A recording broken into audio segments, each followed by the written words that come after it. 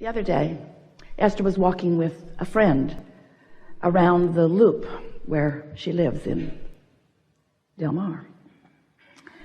And they're walking around the loop, and they came to this house, and it had a for sale sign on it.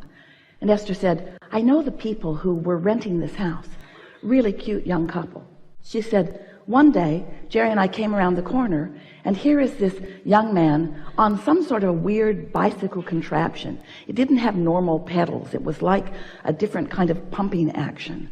And he was pushing it up the hill rather than riding it up the hill. And Jerry said to him, pretty steep hill, isn't it? And he said, no, it's not that. My wife gave it to me for my birthday today. And they put it together in the shop, and then they had to disengage something in order to get it in her car. But she didn't realize that they disengaged something, and so I had no brakes. And Jerry and Esther said, oh. So they visited a little while, really enjoyed these really beautiful people, and off they went. That was about 5 years ago. So Esther has not seen them. She has not been there much.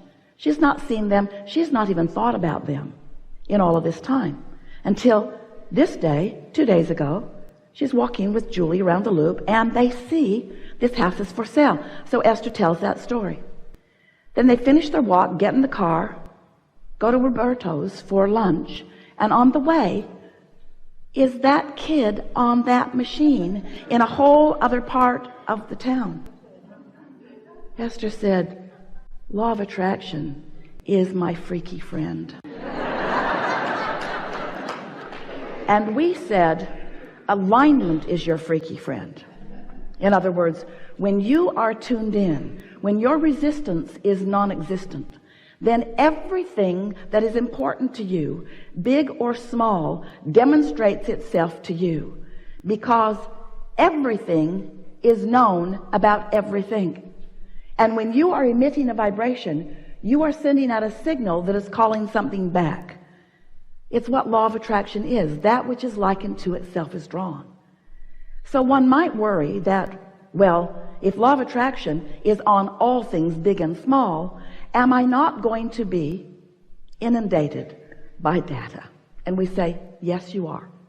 You are inundated by data all day, every day, that represents the balance of the vibration that you put out. Everything that you are feeling is an indicator of everything that you are thinking. So what is a thought anyway? We want you beautiful manifested beings sitting as clumps on these chairs. We want you to understand your vibrational nature. We want you to understand the nature of this vibrational universe. We want you to understand that a vibration is a vibration, is a vibration, is a vibration, is a vibration. You know that story that you've been telling for so long? If a tree falls in the forest and there's no one there to hear it, doesn't make a sound? The answer is unequivocally no. It does not make a sound, because sound is the byproduct of the translation of the vibration by a receiving mechanism. It takes a focuser, it takes an eardrum, it takes something to turn that sound into something that can be received. Are you sort of kind of getting that? So there are vibrations all around you, and you have practiced yourself into being the receiver of them. We just want you to practice yourself into being the receiver of the ones that feel good. Not the ones that feel bad, not all the ones, which means we want you to no longer be conditional focusers. You see something that feels good, you look at it. You see something that feels bad, you look at it. Not much discriminating. We want you to be so discriminating that you pull your attention at the earliest, most subtle stage that you can find, away from those things that don't feel good. We want you to tune yourself to this high frequency of who you are. So this is the big picture. You were source energy before you came into this physical body, and splat, now you're here. But the larger part of you is still non-physical, and still that pure positive energy, still in that place of non-resistance. So here you are, just like you planned, exploring contrast. That's a good thing, because if you don't know what you don't want, you cannot know what you do want. You must have that focusing experience in order to define and decide what you want. So at all levels of your being, you're launching these rockets. The cells of your body are also launching rockets. You're launching rockets of desire. You're launching rockets. Raunchy rockets. You're launching rockets of evolution and expansion. And the source within you is becoming. And now you have two vibrational points of view. The vibrational point of view of who you really are, and the law of attraction path that is being drawn to that powerful point of attraction. And then there's you and what you're thinking. So who you really are is unconditional, meaning who you really are will never look at a condition and try to fix it and use it as an excuse to disconnect from true path. And when you do, you get crossways of your energy. So here's this source energy part of you, calling all things that you are asking for to that you, and calling this physical you to that you, calling you into alignment with who you are. And when you are not fixated on something that you're pushing against, you find that vibrational path easily, and you feel that flow and that ease, where as soon as you think about something, it begins to manifest. So here's the part you might not know, because we've told you all those other parts many times. This is the piece you might not know. So there is this vibration. Could be not perceivable. Could be trees falling all over in the forest and no eardrums there to interpret the vibration into what you call sound. So here's this vibration. But as that vibration evolves, as it gains momentum, it becomes more noticeable to those who are on the wavelength of it. So then, the first manifestation, let's call it a manifestation, the first you turning a thought to a thing, the first manifestation of this vibration is a thought occurs to you and an emotion is so close on the heels of it, you can't tell which came first, the emotion or the thought. But there they are. An emotion within you that is a manifestation of that vibration. And now you're rocking and rolling. Now you are on the path. Now you are in the perceptive mode. So here's this thought. Let's call it your path. And here you are with this thought on this path. Now if you don't do anything to divert your path, if you don't contradict it, if you don't say, yeah, but, if you don't say, oh, that's a really good idea, but I could never do it, or oh, that's a really good idea, but I've tried that before and it didn't work. If you don't take that path and divert it, the momentum of that path is going to increase. And as the momentum of that path increases, now your ability to perceive even more is going to happen. So now it's not just a thought and a feeling. Now you're beginning to rendezvous with blue bicycle contraptions in places. In other words, now manifestations are happening that are evidence to you of your path. Hear it. You're not diluted path. You're not convoluted path. You're not contradicted path. You're not shooting myself in the foot path. You're not defensive path. You're not justifying path. You're not rationalizing path. Just a pure thought that is not contested with a belief that you've practiced. So what are you going to do? You have a lot of beliefs. You have a lot of beliefs that do not serve you. And the reason we know that is because you have a lot of desires that have not manifested fully. They get to the idea phase and then you kill them with contradictory thought that doesn't feel good when you think it. It doesn't feel good when you think it.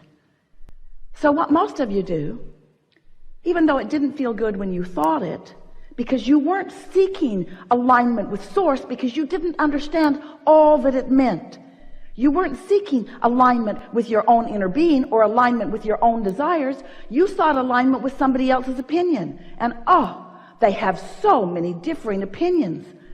We don't know how. You just don't go out of your mind as you talk to so many people about so many things, as you convince yourselves why you can't do this and why you can't do this, or why they shouldn't do that and why they shouldn't do that. What we want you to understand is that if you could leave the peanut gallery out of everything that matters to you and not dilute or divert your path, that momentum from a vibration to a thought, to an idea, to an emotion, to a rendezvous, to full manifestation would happen with you all day, every day, on everything that matters to you, on everything that matters to you. And if it's not happening, it's for one reason and one reason only. You're introducing contradiction to your vibrational equation. And it's all right. Everybody does it. You just don't want to do it so much that you feel negative emotion about it. When you feel negative emotion about it, that's your clue to do something different. So, here's an example. So let's say that you have a very clear sense of how you want to feel today. So you go over to someone's house. Maybe you're related to them. And they're having a no good, very bad day. And so you sit in the middle of it and you listen to them squabbling and you watch a sort of escalation of it. Maybe they're children, maybe it's adults and children, a mixture of some sort of people in disagreement with each other about something.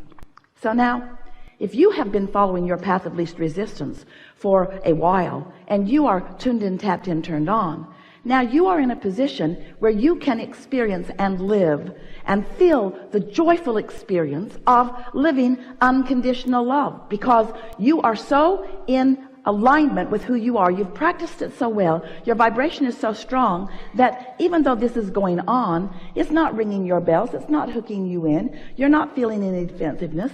You don't feel like helping the victim in the scenario. You don't feel like piling on to the one that's being picked on. In other words, you are vibrationally aloof from it. There's no hook for you in this situation. So you can sit there, you can be there, you can be unconditional. Here's a condition that is happening that's making all of them nuts, and it's not making you nuts because you are in a different vibrational place. It's not threatening you.